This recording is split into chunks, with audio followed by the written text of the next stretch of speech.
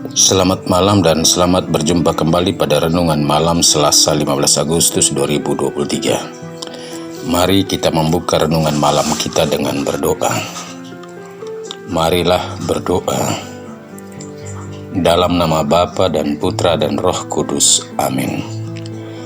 Allah yang Maha Kuasa dan Kekal, Engkau telah membimbing Musa, Harun, serta bangsa pilihan-Mu hingga mendekati tanah terjanji. Kami mohon bimbinglah kami senantiasa berjalan di jalan kebenaran, agar kami pun boleh tiba di tanah air surgawi, demi Kristus Tuhan dan pengantara kami, yang hidup dan berkuasa sepanjang masa. Amin. Bacaan suci yang akan kita dengar dan renungkan malam ini diambil dari kitab Ulangan bab 31 ayat 1-8. Pembacaan dari kitab Ulangan.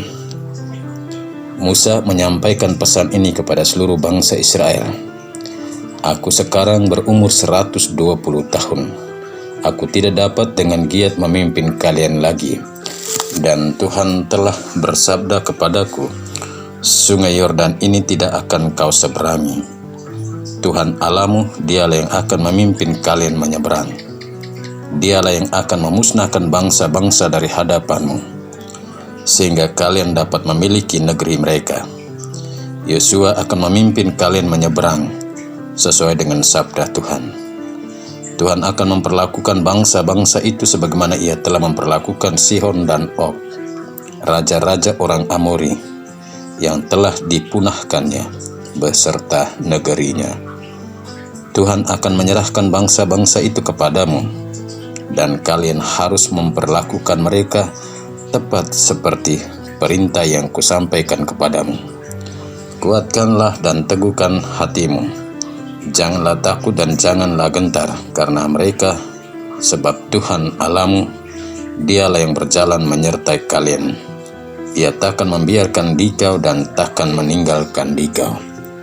Musa lalu memanggil Yosua dan berkata kepadanya, di depan seluruh orang Israel, kuatkan dan teguhkan hatimu, sebab engkau akan masuk bersama bangsa ini ke negeri yang dijanjikan Tuhan dengan sumpah kepada nenek moyang mereka untuk memberikannya kepada mereka.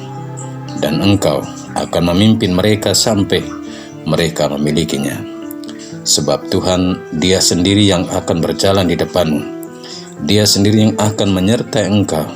Dia takkan membiarkan dikau dan takkan meninggalkan dikau. Janganlah takut dan janganlah patah hati. Demikianlah sabda Tuhan. Syukur kepada Allah. Tema renungan malam ini saya beri judul Pengalihan tongkat kepemimpinan kepada pemberi kuasa melalui Yosua. Bapak Ibu, para pendengar firman Tuhan dimanapun berada, hidup manusia di dunia ini tidak abadi. Kita lahir, kita tumbuh dan berkembang menjadi seorang anak kecil, lalu menjadi seorang remaja, kemudian menjadi dewasa. Dalam usia dewasa, orang diberi kepengertian oleh Allah untuk membedakan mana yang baik dan benar, dan mana yang tidak baik dan buruk.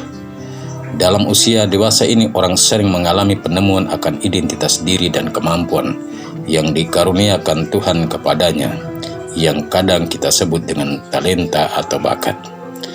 Lewat talenta itulah sebenarnya Tuhan menginginkan kita menjadi apa dan siapa dengan diri kita dalam siara kehidupan manusia.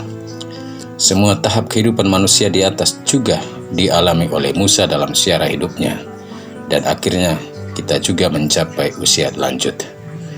Bapak Ibu, para pendengar firman Tuhan, pada titik ini kekuatan fisik kita tidak lagi prima, seperti ketika kita baru mulai bertumbuh, berkembang hingga mencapai usia dewasa, melainkan mulai menurun, melemah, dan akhirnya karena ketuaan dalam usia dan dalam daya pikir, kita tidak sanggup lagi menjalankan tugas-tugas kita dan berpikir dengan baik.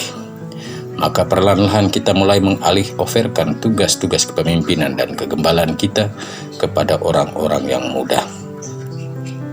Bapak Ibu, para pendengar firman Tuhan, kitab Ulangan yang kita dengar dan renungkan malam ini mewartakan kepada kita tentang amanat Musa kepada bangsa Israel ketika ia merasa diri tidak mudah lagi dan ketakberdayaannya dalam memimpin bangsa Israel hingga masuk tanah terjanji. Maka apa yang dilakukan Musa, saudara-saudara, para pendengar firman Tuhan? Di hadapan seluruh orang Israel, Musa menyampaikan amanahnya dan amanah Tuhan untuknya dengan berkata, "Aku sekarang berumur 120 tahun. Aku tidak dapat dengan giat memimpin kamu lagi. Dan Tuhan telah bersabda kepadaku, Sungai Yordan ini tidak akan kau seberangi. Dialah yang akan memimpin kalian menyeberang. Dialah yang akan memusnahkan bangsa-bangsa dari hadapanmu, sehingga kalian dapat memiliki negeri mereka." Dan serentak menegaskan bahwa Yosua akan melanjutkan kepemimpinannya, membawa orang-orang Israel masuk ke tanah yang dijanjikan kepada nenek moyangmu sesuai dengan sabda Tuhan. Pesan Musa ini mengandung makna bahwa Tuhanlah pemimpin utama mereka dan Yosua yang melanjutkan kepemimpinannya bersama Tuhan membawa bangsa Israel masuk ke tanah terjanji. Bapak Ibu para pendengar firman Tuhan, dalam menyampaikan amanahnya itu, Musa juga meneguhkan orang-orang Israel agar jangan bimbang dan ragu, meskipun ia tidak diizinkan masuk bersama mereka ke tanah terjanji. Tapi Allah akan turun tangan untuk memimpin bersama Yosua dan berperang melawan bangsa-bangsa lain yang akan mereka hadapi, seperti Dia memperlakukan Sihon dan Og, raja-raja orang Amori beserta negerinya. Maka kuatkanlah dan teguhkanlah hatimu, dan janganlah takut dan janganlah gentar karena mereka. Sebab Tuhan Allahmu, Dialah yang berjalan menyertai kalian, dan tidak akan membiarkan dan meninggalkan orang Israel. Dan di hadapan orang Israel, Musa melantik Yosua menjadi pemimpin, menggantikannya dengan berkata, "Kuatkan dan teguhkan hatimu, sebab engkau akan masuk bersama bangsa ini ke negeri yang dijanjikan Tuhan dengan sumpah kepada nenek moyang mereka untuk memberikannya kepada mereka. Dan engkau akan memimpin mereka sampai mereka memilikinya." Bapak Ibu para pendengar firman Tuhan, apa yang boleh kita petik dari amanat Musa bagi bangsa Israel untuk kita, orang-orang Kristiani, dalam hubungan dengan tugas kepemimpinan dan kegembalaan yang kita terima dari Tuhan dalam keseharian hidup, dalam kepemimpinan dan pelayanan kita sebagai seorang pemimpin masyarakat Allah, baik dalam dunia pemerintahan maupun di lingkup gereja. Bapak Ibu para pendengar firman Tuhan, dari amanat Musa ini ada dua pesan penting bagi kita, yakni pertama, kepemimpinan yang kita emban adalah sebuah kepercayaan dari Tuhan kepada kita para pemimpin lewat rakyat dan jemaat yang kita pimpin. Kedua, seorang pemimpin harus menyadari bahwa Tuhan adalah pemimpin utama dalam kepemimpinannya. Sehingga dalam menjalankan kepemimpinan jangan menganggap diri paling hebat dan tidak mengandalkan Tuhan atau mengabaikan Tuhan dalam kepemimpinan. Kekuatan pribadi yang kita tonjolkan, maka kepemimpinan kita tidak bertahan. Tapi perlu belajar dari Musa yang adalah pemimpin sekaligus gembala. Ketiga, sebagai pemimpin tidak saja menjalankan tugas dan berusaha mempertahankannya menjadi milik kita, tapi perlu menyiapkan kaderisasi kepemimpinan sebagaimana yang telah Musa tunjukkan, menyiapkan Yosua menggantikannya ketika sudah tua dan tidak diizinkan Allah untuk masuk ke tanah terjanji. Semoga amanat Musa ini senantiasa menjadi pencerahan bagi setiap kita orang Kristiani yang punya peluang untuk menjadi pemimpin, baik di dunia pemerintahan manusia maupun di lingkup gereja. Amin.